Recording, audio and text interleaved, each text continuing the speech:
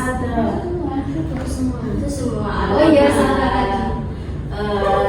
Sebelum memulai pelajaran, kita melakukan ice breaking terlebih dahulu ya teman-teman. Ice breakingnya seperti ini. Tepuk semangat. Semangat. Semangat gitu ya. Mulai 1, 2, 3. Semangat. Semangat.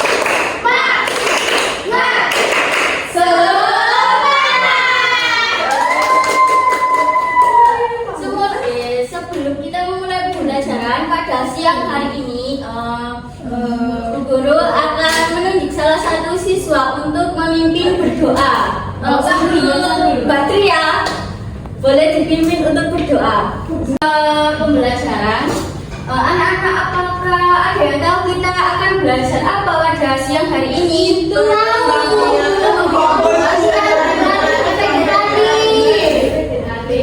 Sebelumnya Ibu Guru mau tanya, apakah ada yang tahu tentang perkembangbiakan itu apa? Nggak tahu? Guru akan menjelaskan definisi dari perkembangbiakan. Definisinya yaitu perkembangbiakan adalah proses di mana makhluk hidup menghasilkan keturunan. Nah, setelah itu ada tujuan perkembangbiakan. Tujuannya untuk mempertahankan jumlah spesies dan menjamin kelangsungan hidup makhluk bumi. Nah, pada tumbuhan itu ada dua jenis-jenis dari perkembangbiakannya. Yang pertama yaitu perkembangbiakan generatif, yaitu secara seksual, serta juga perkembangbiakan secara vegetatif, yaitu secara aseksual. Nah, kalau perkembangbiakan generatif itu cirinya yaitu memerlukan dua sel reproduksi, jantan dan betina, serta menghasilkan keturunan dengan kombinasi sifat dari kedua buah induk tersebut. Untuk yang proses utama perkembangbiakan yaitu terjadinya tumbuhan baru, didahului dengan penyerbukan, yaitu peristiwa jatuhnya serbuk sari ke kepala putik sehingga terjadi pembuahan. Kalau perkembangbiakan vegetatif itu cirinya itu tidak memerlukan pasangan serta keturunan yang biasanya identik dengan sebuah induk dari pasangan tersebut. Untuk perkembangbiakan vegetatif itu ada dua macam, yaitu vegetatif alami dan vegetatif buatan. Kalau vegetatif alami itu proses perkembangbiakan tumbuhan secara non-seksual tanpa campur tangan manusia. Tumbuhan menggunakan bagian-bagiannya sendiri untuk memperbanyak diri seperti umbi, tunas, akar, tinggal, geragi, rimpang, stolon atau spora. Terus yang vegetatif buatan itu metode perkembangbiakan tumbuhan yang melibatkan campur tangan manusia untuk menghasilkan tanaman baru.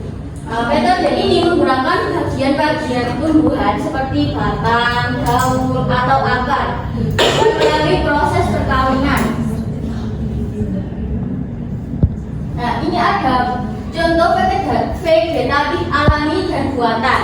Untuk contoh vegetatif alami itu ada tunas, rimpang, geragi, umbi lapis, dan spora.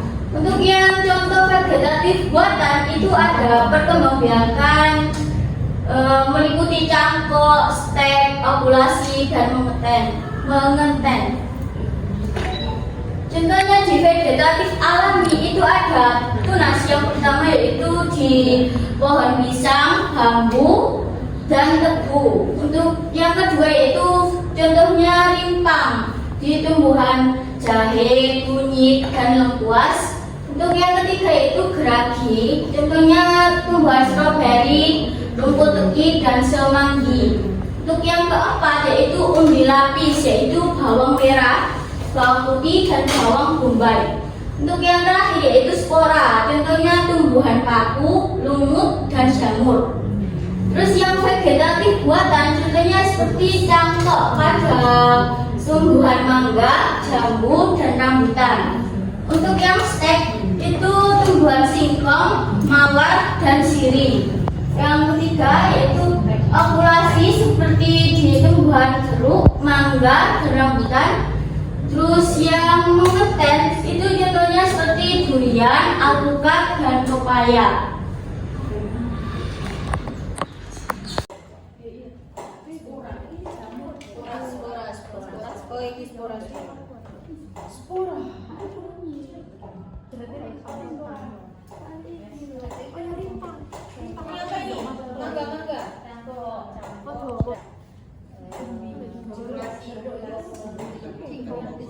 Kembang biakan dengan buah hasil buah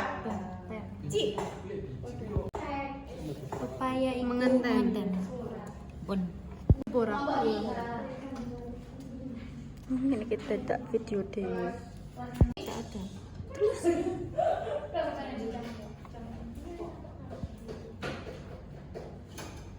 Apakah ada yang sudah selesai mengerjakan? Sudah. Wow, berapa ini? Tiga. Siapa yang Sahrul? Oke, Mas Sahrul, silakan maju ke depan untuk mempresentasikan. Ya, di sini saya dari perwakilan kelompok 3 akan mempresentasikan hasil dari KKPD yang saya kerjakan, yang kita kerjakan. Yang pertama yaitu ada pohon mangga dengan vegetasi alami berupa tunas. Yang lihat nomor ini berupa setek, dan yang kelima ini ada pohon jeruk berupa okulasi, dan yang keenam ini ada pohon durian, ini mengeten, vegetatif secara mengeten, dan yang selanjutnya ini ada alpukat juga mengeten, dan yang selanjutnya ini ada bunga mawar, ini cara menyetek, dan yang terakhir buah pepaya dengan mengeten juga. Itu saja yang dapat saya sampaikan. Jadi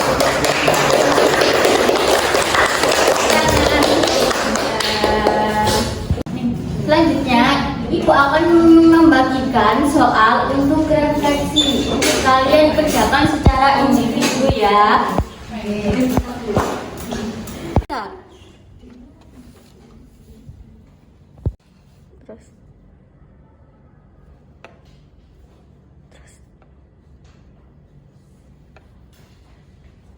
Oke, selanjutnya Ibu akan menjelaskan materi kembali. Yang terakhir yaitu pentingnya perkembangbiakan. Nah, ada pentingnya perkembangbiakan yaitu untuk kelangsungan hidup, yang dimana membantu spesies untuk bertahan dan berkembang biak dari generasi ke generasi. Yang kedua yaitu variasi genetik, terutama pada perkembangbiakan seksual, menghasilkan variasi yang membantu adaptasi terhadap lingkungan yang ada di sekitar. Selanjutnya ada dampak dan manfaat perkembangbiakan. Dampak positifnya, pertumbuhan populasi makhluk hidup dapat berkembang biak sehingga jumlahnya bertambah. Yang manfaat untuk manusia yaitu untuk sebuah penelitian dan pengembangan yang ada di bidang biologi, yang hasilnya akan sangat bermanfaat untuk segala sektor bidang lainnya. Oke anak-anak, apakah ada yang sudah selesai? Sudah. Oke, ambil ya.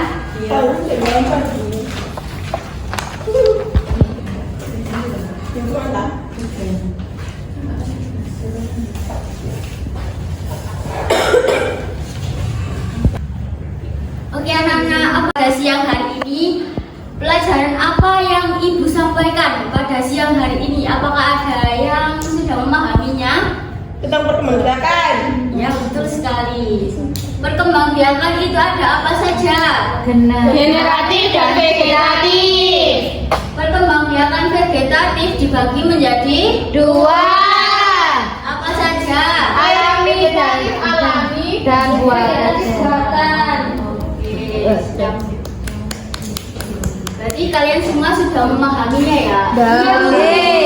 Sudah bisa membedakan perkembangbiakan generatif dan vegetatif. Sudah. Oke, terima kasih semuanya. guru akhiri kegiatan pembelajaran pada siang hari ini. Untuk berdoanya dipimpin oleh Mbak Hanim. Doa mulai. Doa selesai. Oke, saya akhiri pembelajaran pada siang hari ini dengan bacaan Alhamdulillah. Alhamdulillahirrahmanirrahim. Oke, Ibu Guru akhiri pada kegiatan pembelajaran pada siang hari ini. Selebihnya mohon maaf jika ada kekurangan atau kesalahan pada pembelajaran pada siang hari ini. Saya akhiri. Wassalamualaikum warahmatullahi wabarakatuh. Waalaikumsalam.